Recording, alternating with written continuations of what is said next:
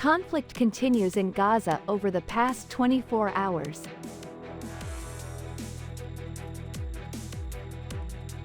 Singapore faces a new wave of COVID-19. Dengue fever cases in Hanoi are on the rise again. Hello everyone, you are watching today's news on NTV channel. My name is Tan. Let's get started.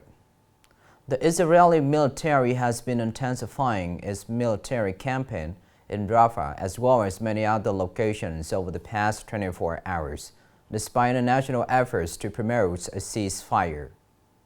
Yesterday, the Israeli military continued its attacks on the city of Jabalia in the northern Gaza Strip, while also calling for residents in the area to evacuate. Palestinian medical sources confirmed that at least 28 people, including women and children, were killed in successive Israeli raids on the Jabalia refugee camp. Also yesterday, the Israeli military gained control of several areas in Rafah. About 800,000 Palestinians have been forced to evacuate from Rafah since Israel launched its military campaign there on May 7. Their current living conditions are extremely poor due to the lack of water supply. Singapore is facing a new wave of COVID-19 as the number of cases has increased over the past 2 weeks. The Singapore Ministry of Health reported that the number of new COVID-19 cases in the week from May 5 to May 11 doubled compared to the previous week, reaching 25,900 cases. At this rate, the new COVID-19 wave is expected to peak by the end of June. In response, the Singapore Ministry of Health has urged high-risk individuals to get an additional vaccine dose if their last shot was more than 12 months ago. Citizens are also encouraged to adhere to personal hygiene measures, reduce social interactions when unwell, and wear masks when necessary.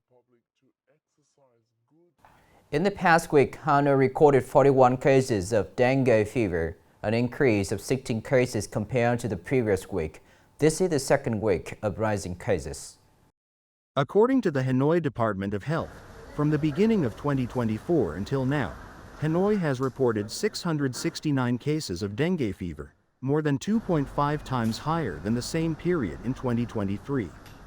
Health experts attribute this increase to the unusual weather conditions, especially in the northern region with high average temperatures, which create a favorable environment for the proliferation of dengue mosquitoes.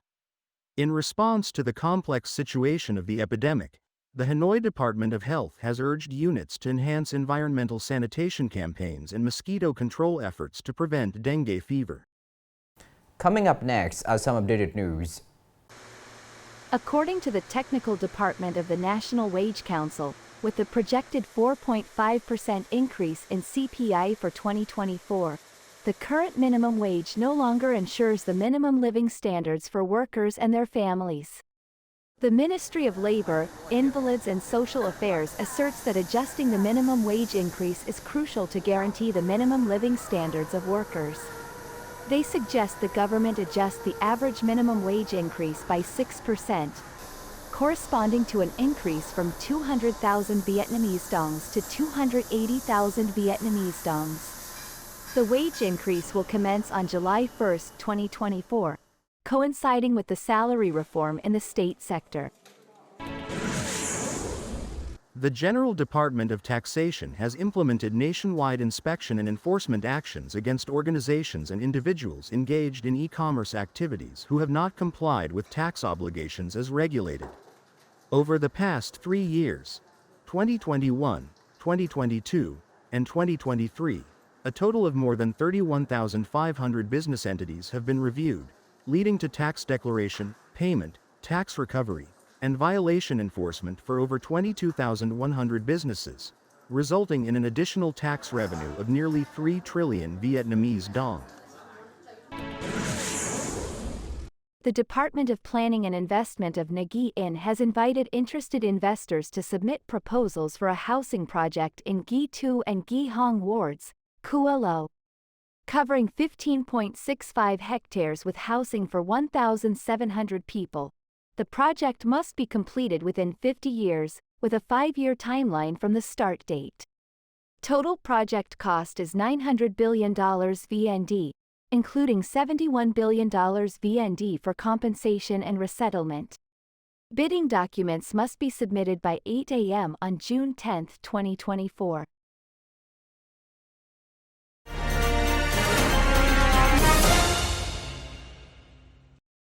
In many artistic works, especially in painting, President Ho Chi Minh remains a timeless, noble figure.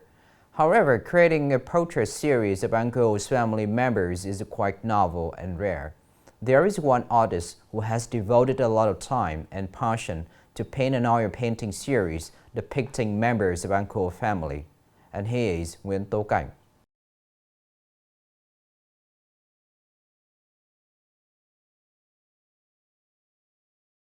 Nguyen Thị Minh, a talented artist, worked at Hoang Thi Loan Textile Company for many years.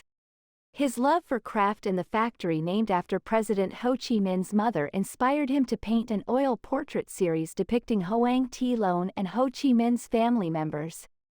Everyday stories about Mrs. Hoang Thi Loan, Mr. Nguyen Sin Sac, and Uncle Ho's relatives have deeply influenced the emotions and sentiments of the artist while painting the portraits of Uncle Ho's loved ones. I have recreated the portraits of Mrs. Hoang Thi Loan and Mr. Nguyen Sin Sac. When painting Mrs. Hoang Thi Loan, I wanted to capture her gentle and benevolent countenance as a mother from Lotus Village. These friends have been closely connected with artist Thị Minh for many years. Their sincere feedback, above all, their heartfelt and profound devotion to President Ho Chi Minh's family, have helped the artist gain more confidence and passion in every stroke. The artist Thị Minh completed the series of 4 paintings depicting Uncle Ho's family members within 6 months. This special collection has received high praise from experts and management authorities. All of the paintings by artist Thị Minh possess a spiritual and sacred essence. Even though not considering himself a professional artist, his series of oil paintings is the only artistic work that authentically portrays the members of Uncle Ho's family. These portraits not only reflect the heartfelt sentiment of the artist but also represent the deep affection of millions of Vietnamese hearts towards Lotus Village and President Ho Chi Minh's family. This is the end of the show today. Thank you for watching.